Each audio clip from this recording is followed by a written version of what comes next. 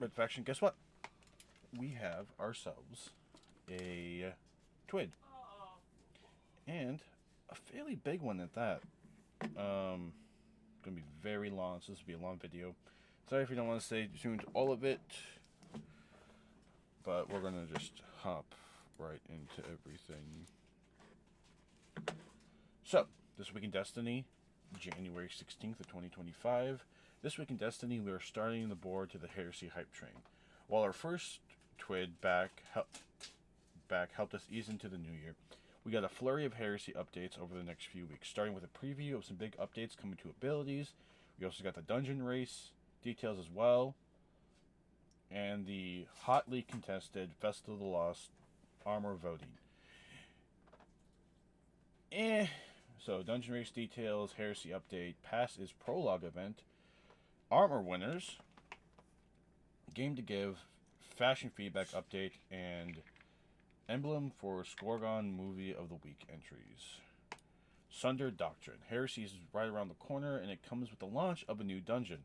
On Friday, February 7th, travel to Savathun's throne world and infiltrate Ralk's pyramid in the new dungeon, Sundered Doctrine.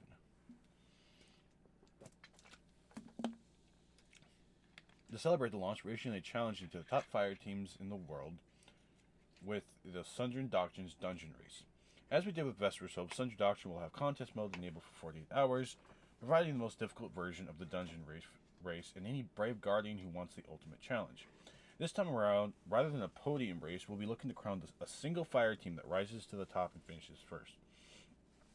With that, we're leveling up the reward, creating something memorable and unique to honor the incredible accomplishment of the winning team. That's why, for this race, each winning team member will receive the first ever Dungeon Race trophy. We'll get a glimpse of the new prize as we get closer to the dungeon launch, so stay tuned. Now let's look at some of the finer details for the Doctrine Dungeon Race. Contest mode will be enabled for 48 hours. That means you have 2 days to do this on contest mode. Solo, with 2 stacks, or with a fire team. Also, you'll need to be at least 1995 power to go through the encounters, which means, basically, if you've been playing the game for at least, I don't know, month or two, you're probably at that power level. Entry requirements: assemble a fire team with 3 players and start the Dungeon Doctrine race on contest mode from the planet system. So let's go to Savathun's Throne World, and you'll probably find it. All fire team members must own the dungeon key for this one, and acquire the Drowning Labyrinth quest to enter the dungeon. Completion criteria: once the final encounter is complete, the fire team must loot the final chest, or their finish may not be recorded. A team's official finish will be recorded when they loot the final chest. At least one fire team member must have completed and received loot for every encounter, and it must be the first time completing the activity for all members of the fire team. Contest details. Enemies are more aggressive, encounters have resurrection tokens, and there's arranged mechanics that limit the number of phases or time left to complete it. Also, character power does not provide an advantage above the recommended level. Contest mode also comes with extra perks. Fire teams that manage to conquer the contest mode will get a special emblem and a guaranteed dungeon drop. If contest mode isn't your thing, you won't have to wait too long. Normal will be enabled as soon as the first fire team completes the dungeon.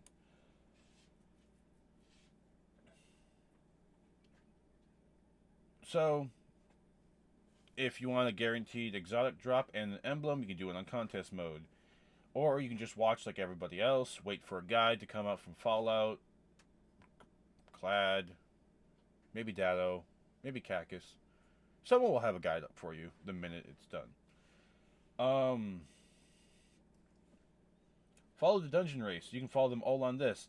I don't think when they put this in, they realize that a lot of people in America are about to have to deal with that getting banned. Yikes.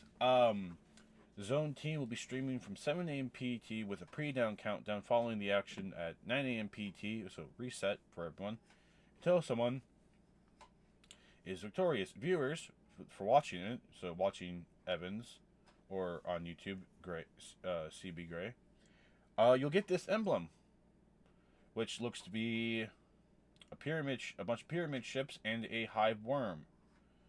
and what looks to be a hole. But moving on from that, Heresy ability updates. It's going to be an arc season. Apparently, I would have hoped it would have been a void season. But it's going to be arc because they're adding. Guess what? New ability contents. New arc verb Bolt Charge, 3 new aspects, and a balance pass. Let's start with the new keyword Bolt Charge, which will be featured in some of our new aspects. Bolt Charge. We've had some time to sit with the arc subclass for some time now, and we wanted to address a systematic need they had to reduce the number of buffs the damage type has versus others. We also wanted a space to add something that brought Arc a powerful damage tool, which we felt was missing.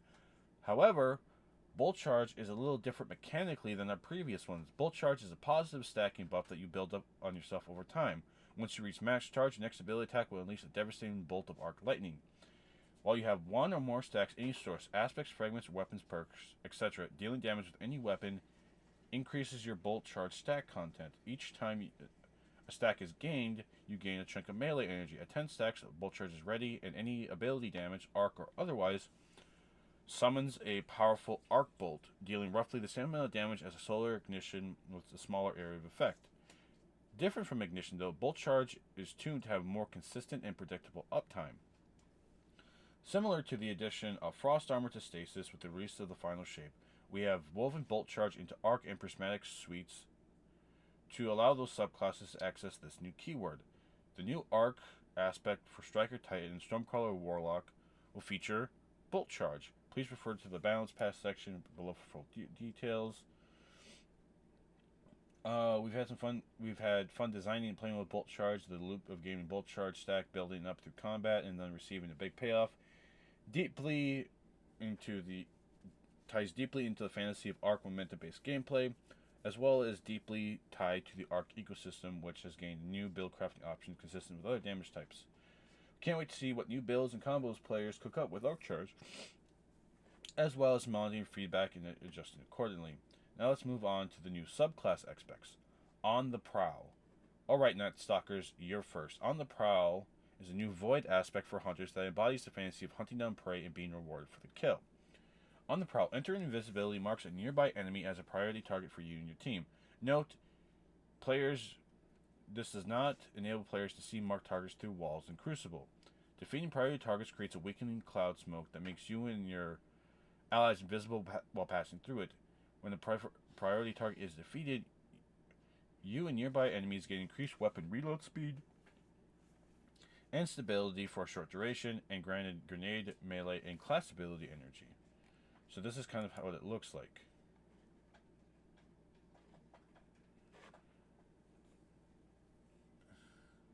Pass through the smoke. So it's when anyone kills the target. Okay. The Night Stalker has many ways to go invisible to kick off On the Prowl, including Vanishing Step, Stylish Executioner, Spectral Braids, Rat King, pick your favorite. When that happens, a non-nearby boss target will be highlighted for you and your fire team. Once the highlighted target has been defeated by you or anyone in your team, the entire fire team is granted a stack of successful hunt. A buff that grants bonus weapon reload speed and stability bonuses alongside a small chunk of melee, grenade, and class ability. Successful hunt can stack up to 3 times. Also, when a highlighted target is defeated, a weakening cloud is created that make you and any ally that pass through it visible, thus meeting the condition for activating On the Prowl again. What we envisioned for this aspect was to embody what it means to be a Void Hunter. To us, it's important to reflect the fantasy of a bounty hunter. On the Prowl works well with the entire Night Stalker kit and allows you and your allies to have fun. For a short time, even Warlocks and Titans can feel what it is to be a bounty hunter. Wait, didn't we ship a bounty hunter gun too? Curious. Huh. Storm's Keep. Strikers, you're up. Storm's Keep is a new class ability aspect found in Arc Titans that uses Bolt Charge to its full potential. Cast your Arc ability to gain a moderate number of Bolt Charge stacks for you and nearby allies. While behind your barricade, your allies gain stacks of Bolt Charge over time, and any weapon damage will discharge max stacks of Bolt Charge. We wanted to do a few things with this aspect for Strikers. We wanted to create an opportunity for Barricade to be used offensively and wanted to capitalize on what Bolt Charge can provide. We envision strikers pushing forward onto the battlefield using their class abilities to cement themselves as the tip of the spear in their fire team.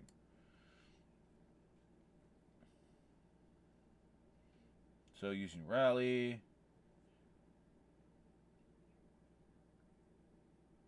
And that's being used on an arc weapon.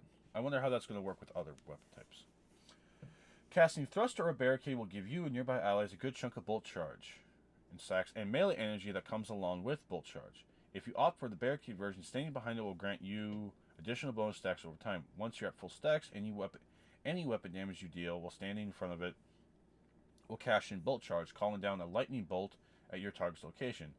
Standard Bolt Charge allows you to call down lightning by dealing ability damage, but with Storm's Keep, you can call down lightning by shooting enemies while standing behind your barricade. This is especially potent with Rally Barricade, as it allows multiple bolts from you and your team and provides solid boss damage. We're excited to see how players build craft Bolt Charge and Storm's Keep to maximize damage and add to Striker's legacy as hit hard, hit fast, hit hard. Ionic Sentry. Oh boy, here we go. We're just coming out.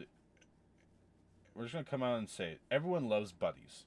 And Arc Soul was begging us for a sibling. And behold, we found one in Ionic Sentry. A new arc aspect for Stormcaller Hunters.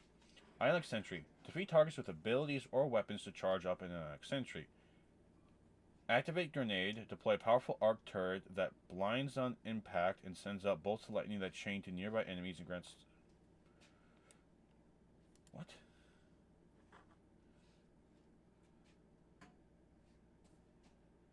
Oh. Whoa. Huh. Stormcallers are masterful at channeling arc energy, reshaping and redeploying it to cause mayhem on the battlefield. With Ionic Sentry, Stormcallers have harnessed arc energy and coalesced it to a perfect orb of hurricane and harmony. Once it's charged up through arc ability and weapon kills, you gain access to an Ionic Sentry as a special grenade throw, similar to how Gunpowder Gamble works for gunslingers. When it first lands on the battlefield, Ionic Sentry will blind any nearby enemies and begin to chain lightning between enemies, dealing damage. When Ionic Sentry defeats a target, you will gain a stack of Bolt Charge, making it a great way to build up Bolt Charge stacks quickly. In our players' tests, Ionic Sentry has been a favorite for Stormcallers, which provide a much needed area of control during combat and access to opponent damage through Bolt Charge. The build crafting paths for Stormcallers are much wider with Ionic Sentry in the mix, and we're excited to see where players take it. As always, we're expected to get these aspects in players' hands, and we'll be keeping an eye on feedback. So, does that mean I can... I wonder how that's going to work with Crown of Tempest. Or how it's going to work with something like, oh, I don't know, maybe Chaos Reach. We'll find out down below about how that's going to work. I'm thinking there's an Arc Warlock here. With big ticket items out of the way, let's take a look at upcoming tried and true abilities in the sandbox. Our primary focus for this release is Arc abilities, but there are several non-Arc changes as well. Yeah, so the season is going to be an Arc-based season. So we're going to probably have artifact stuff about surrounding Arc.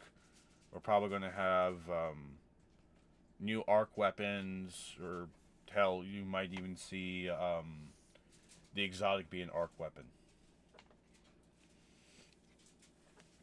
Just a thought.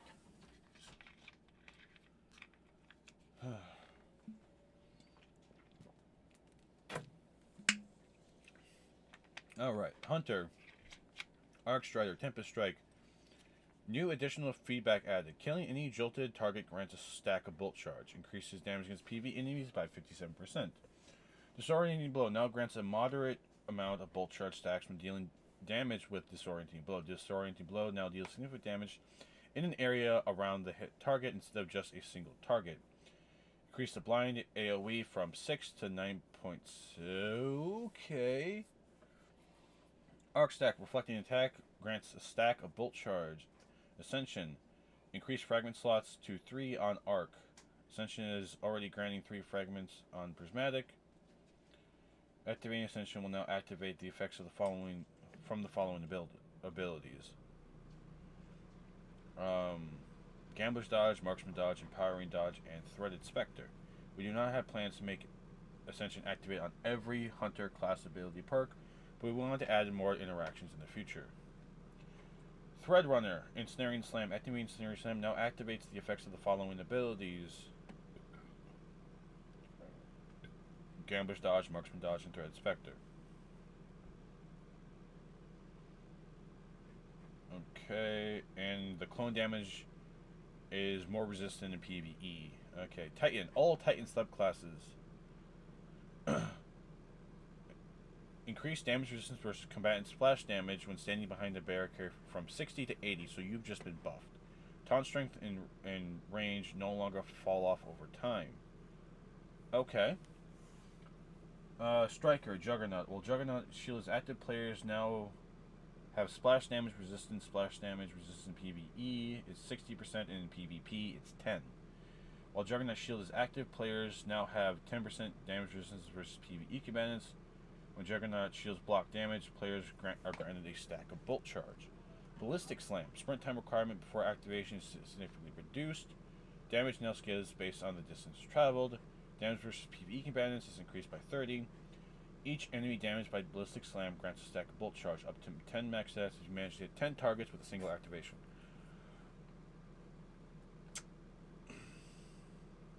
Okay. Sentinel Unbreakable. Increase the rate of the Unbreakable offensive throw charge when blocking damage. Increase the damage dealt from offensive throw by 20%. Increase the health pool of the shield to make it less likely to break under heavy fire. Increase the Void Overshield charge rate while holding the shield. Throw now costs half grenade energy instead of a full charge. When Sentinel Shield is equipped, Orb's power creation cooldown is increased from 1 second to 4.5 seconds. Note: Unbreakable has received a significant buff here. We want it to be strong, but we'll be monitoring it closely to make sure we haven't gone too far.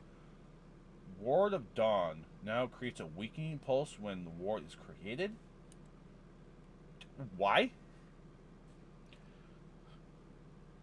I mean, like, great. Okay. You just brought back Bubble. Well, it's not going to be as strong. Yeah, but you're going to be able to kill more people in it because people are going to now... Oh, I'm getting killed. Weaken. Slap. Sunbreaker. Consecration. Reduce Scorch Wave and Slam Wave damage in PvE by 55%. When reviewing the damage cost ratio for certain abilities, it became clear that Consecration was doing too much for too little. We didn't want to take away from the dramatic pop moment of landing both waves on the target, though. So we adjusted to keep its increased ignition damage bonus and instead reduce the wave damage bonus. We suspect that we may also need to adjust the ignition damage in the future. Stormcaller. Storm Trance. Increase non-champion PvE damage by 20%. Increase non-champion PvE damage by 15% for Chaos Reach. Lightning Surge. Not removed, amplified on cast. Now grants stacks of Bolt Charge on every enemy hit with Lightning Surge. Increase damage for PvE combatants by 30%.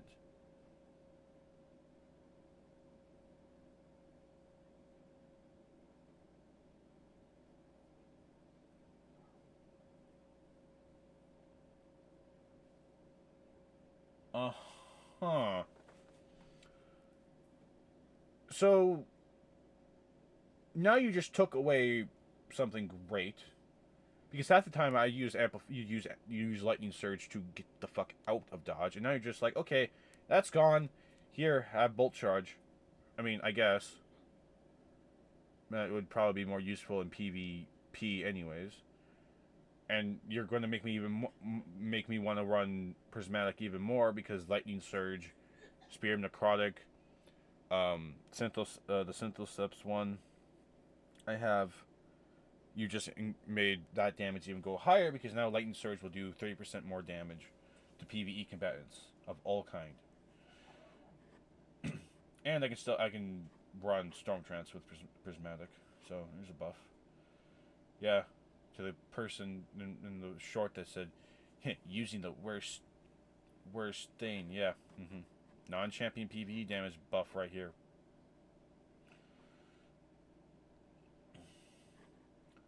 Voidwalker handled Supernova Chaos Accelerant Magnetic Grenade variant. Increased the total number of projectile from 5 to 9. Increased the width of the cone blast to roughly 2 meters. Increased the height of the cone blast by 1 meter. Reduced projectile damage in PvP from 20 to 15 per projectile to account for additional projectile. Note, adding 4 projectiles is potential damage increase, but due to the increased cone blast and all projectiles don't land on the same target, this means PvP potency should remain similar, but in PvE it becomes much more reliable and added as clear. Okay. I mean, right, but I can see this becoming something that people use as like, oh god, someone's running at me with a shotgun, throw it out and hope to trade. All classes, solar. Damage bonus reduced from 25 to 20 in PvE, while the radiant damage bonus remains unchanged. Stasis. Frost Archer increased the DR per stack from damage resistance from 4.5 to 6.25. At max stacks, the damage resistance goes from 36 to 50. This is PvE only. In PvP, it remains unchanged. My stasis build just got buffed too. Arc amplified. Well, amplified PvP bands are now less accurate against you. Similar to how the Manticore exotic effect works in the air.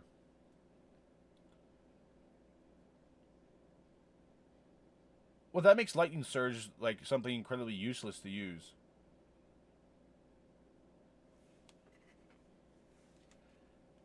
Unless you're using, Getaway Artist.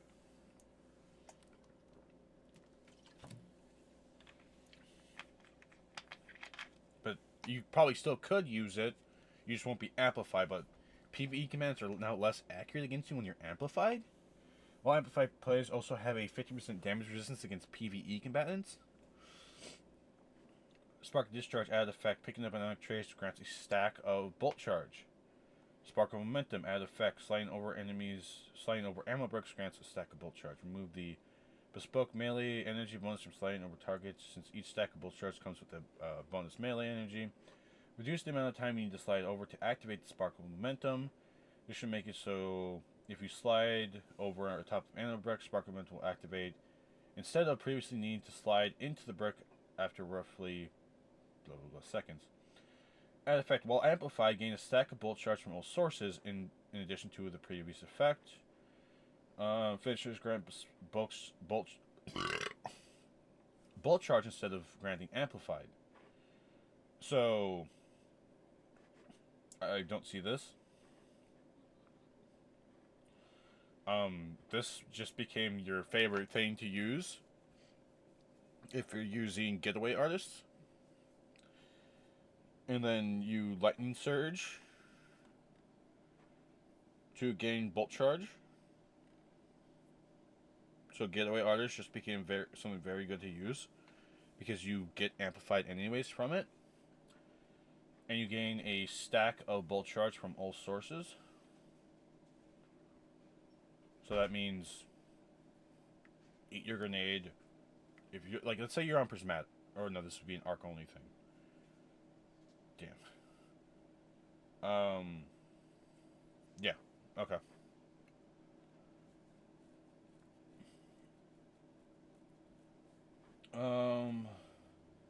Spark of Ions. Targets defeated with a Bolt Charge also make an Ionic Trace in addition to the previous thing. So if you do this along with this and that, okay, you have better chaining potential. Prismatic can now be activated by Bolt Charge, the Facet of Hope. Facet of Purpose now grants a stack of Bolt Charge on an Orb pickup when an Arc Super is equipped instead of granting Amplified. Facet of Sacrifice can now be activated by Bolt Charge. Modifiers: Brawn. Tuned healing sources into better balanced health economy when this modifier is active.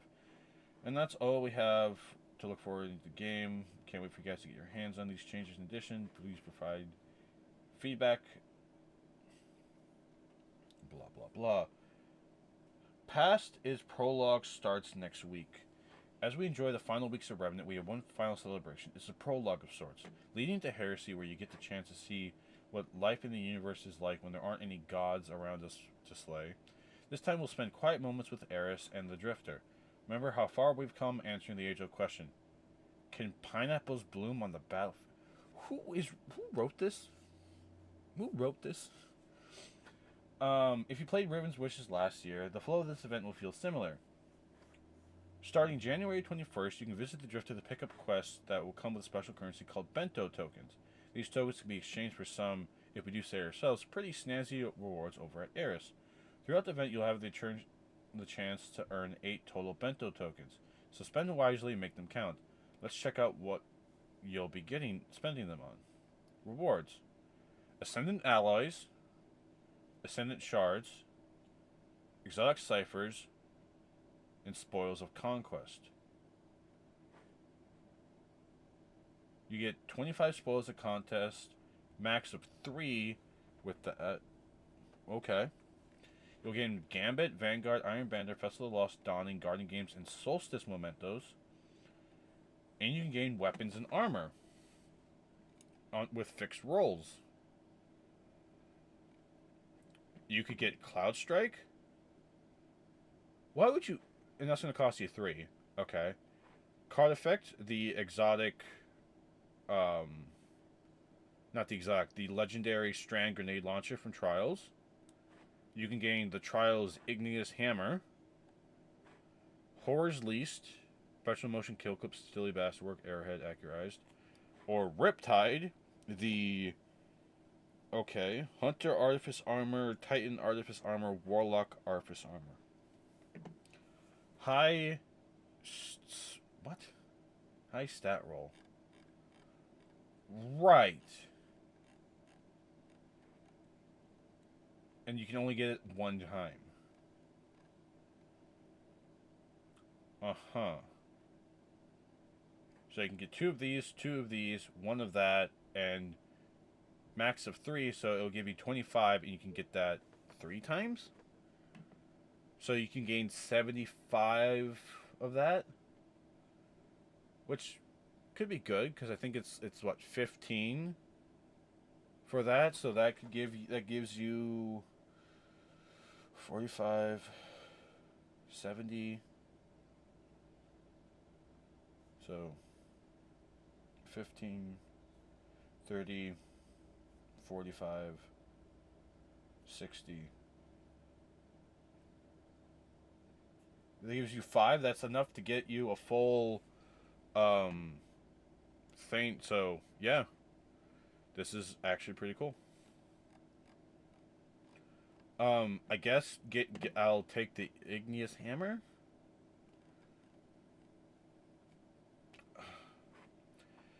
Chatter White Shader. And to make it even sweeter, once you've turned in 5 bentos, you'll gain access to something precious and pale as the moon. And that's right, Chatter White is coming back for this event. The past prologue event will be around 2 weeks, so don't waste your time. Make sure to spend all your bento tokens before the start of Heresy. Festival of the Armor 2025 voting results.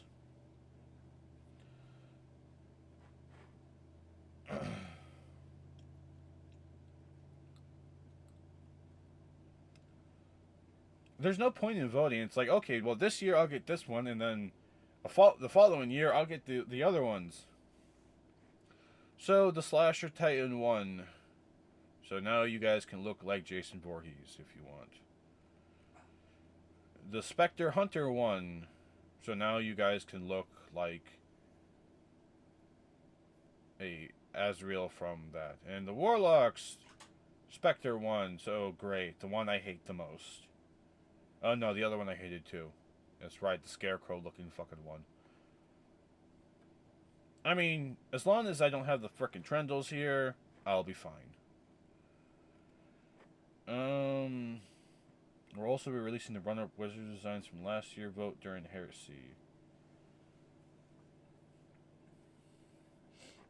We also mentioned last week we don't have plans to revisit voting runner-ups from years past, but there's one more set bears mentioning, the Kaiju Lizard Hunter. Anytime we talk about Festival of the Lost, this setup inevitably comes up, and looking back, there's some obvious magic happening. However, we don't feel like this old contest meets our standards for new armor sets. So, instead of tossing the whole thing in the bin, we have a more targeted thing. In 2025, we will release the legendary Cloak Hunter ornament that pairs the new look for the Dragon Shadow Exotic Hunter armor set. Both items have Kaiju Lizard theme and will pull inspiration from old concepts. P.S. We also like those claws, but we're reserving them from now. Game to give. There you go. Fundraisers. And Fash Cyber Streetwear. No. Galactic Monarch. No. Liquid Stealth Metal. Sorry, no. Arc Courier. No. This one. Yep.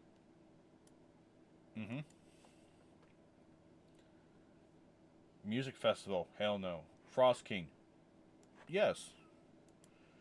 Celtic Warrior. Yes. Celtic Warrior, Frost King, and the comic book superhero one are the ones I like the most. Snow, what you think of these themes and any ideas you have for that. My friend Carnage, use this and let them know. Give them your ideas, because trust me, I like it better than some of the stuff I've seen. Like, this, badass. This was pretty cool. This and the other one sucked. Please give them ideas for the Warlock. Like Frost King, Celtic Warrior, I like. I also like this one because, well, I play Marvel's Rivals. But these last two, I really like. I really wish we had stuff for that. Dramatic music. Kel's Fall, our latest exotic mission, has a ton going for it. Story beats conclusions, blah, blah, blah. You still think Aramis was very with the Varix. I mean, Varix needs to just shut up. The Skorgan. We loved it so much. Those of you who, with a fine-tiered Oon and very quick draw, here's Music of Mercury Emblem. We're granting both Movie of the Week and Music of the Week Emblem for not only to those who make videos playing the Skorgan starting today, but also those who already invested hours into it. Pigeon! Yes, let's go! And everyone else, congrats. Destiny the Meme. Twice! Wow. You want to give me the second one? Use Destiny 2 Skorgan. Blah, blah, blah. Oh, re-enabling both that and Wrathweavers. Okay. Bunch of other stuff. That's cool. They actually mentioned Blue Sky. Nice. Titans Fall. Okay. That's everything for this week. We're getting warmed up for Heresy. We also got some major previews on the horizon for Weapons and Armor, as well as the upcoming look at the Trials of Osiris revamp. In the meantime, enjoy the Passes prologue event as we wind down on Revenant, and that's some pretty sweet rewards to be had. You got a few days to plan out exactly how you'll spend your bento tokens. It's a great chance to fill in any gaps in your inventory or arsenal as we head into Heresy. So, let's look at what I will probably end up using as for these tokens, or bento tokens. One, supposed contest. I don't do raids enough, so I'm definitely going to do that. I can get exotic ciphers to send in shards and send in allies whenever I want, so no point in using that. I don't really care about mementos, so I'm saving there. I already have the Cloud Strike. I already have a card effect I like. So my only choices are a Iggy or Horror's Least. And honestly, they're not saying that this is an adept, so kind of going for these weapons feels weird. So I might, because they say you can get 5. Oh no, throughout the event you have a chance to get 8 bento tokens. Okay. Amount. You can get this up to 3 times. So I'm going to use 2, at least all 3 of them here. So I get that 75. I'll probably grab an Iggy, Horror's Lease, so that's 5 right there. That's 5 things left. And gain Artifice Armor here. Hopefully I get boots. That will cost me 2.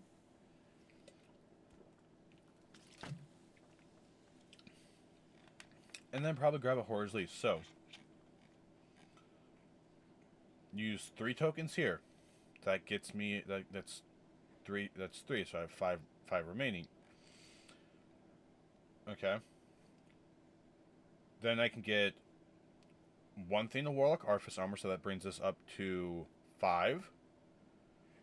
Grab an Iggy, 6. Horror's Leash, 7.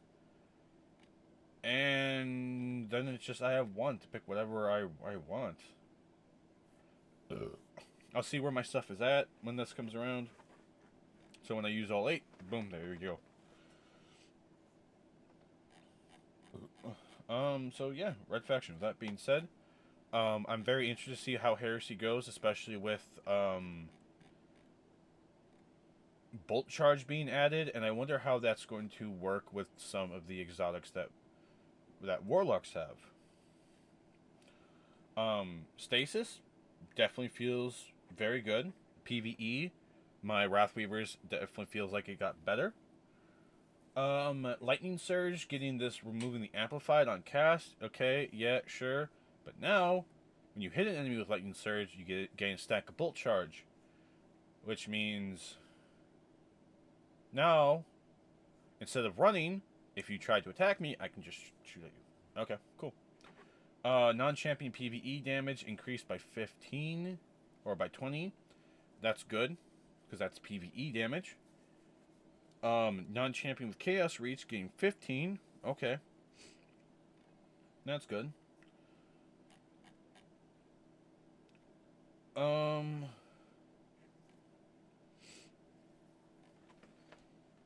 This one, it will be interesting, because I wonder if it's just going to work how, like, it's going to be like a shotgun now in the hands of a Warlock. As an ability. The PvP potency should remain similar, but PvE becomes much more reliable. To add clear or single target burst damage. Reduce the projectile damage in that per projectile to account for the additional projectiles.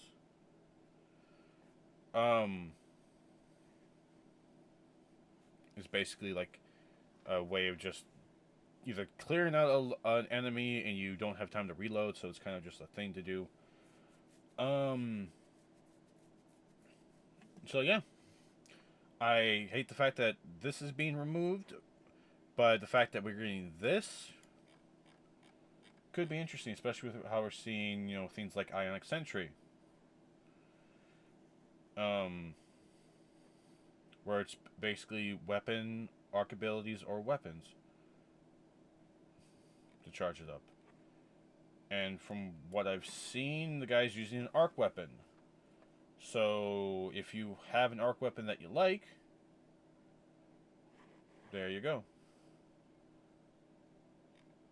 I wonder if they're going to do any armor changes too to account for things like Bolt Charge being added. Or is stuff going to be better?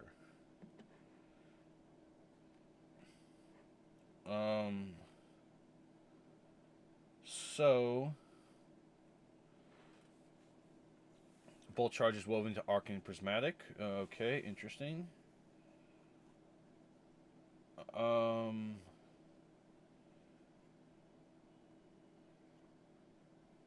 Okay. Bolt Charge is a positive stack that you build up on yourself over time. Once you reach maximum, any source dealing damage with any weapon increases your Bolt Charge stack. Each time a stack is gained, you gain a chunk of melee energy. At 10 stacks, your Bolt Charge is ready. And any ability damage Archer otherwise summons a powerful Arc Bolt, dealing roughly the same amount of...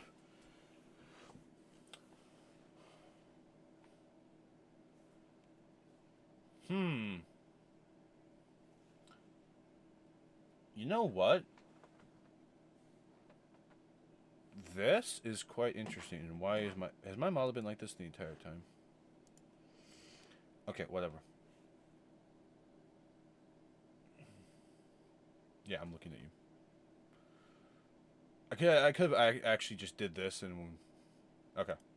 Whenever I just noticed it. My OBS is on the other screen. That's why. But yeah, this will be interesting. I wonder how Necrotic is going to work with this now. I'm definitely going to try to be play testing, maybe with my Arc Warlock with Necrotic, and testing out how this Bolt Charge is going to work, especially with that new one. I think Lightning Surge with that would be good. You're probably going to see a lot of people do Getaway Artists, so they have the Arc Buddy, so they don't need to run it, and don't need an Electric Static Mine, so they can do Lightning Surge, Ionic Sentry, get their Amplified, go for all those perks, and just constantly stack Bolt Charge. This is going to be interesting. I can't wait. But with that being said, Red Faction, I will see you later. Sunday, I think I might just do a full day of Marvel's Rival. I might actually, no, I shouldn't say full day. Sunday, I'm going to do. We're just going to do pure Arc, Necrotic Grips, and really try to work on some of these things. So we need to take a look at the Arc changes. So while your amplified PvE combatants are less accurate against you, 15% damage resistance against PvE combatants when you're amplified now. So yeah, Getaway Artist definitely going to be strong. Spark of Discharge, when you added the effect of picking up Ionic Trace, grants you a stack of Bolt Charge. Spark of Momentum, I'm really not kind of here for.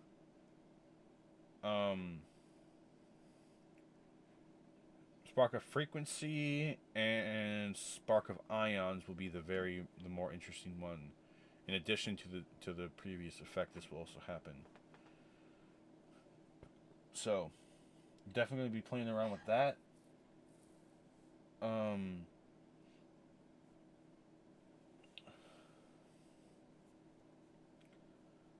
So yeah. I also want to see how all these work with Prismatic, because who knows? Yeah. I'll see you guys later. Have fun.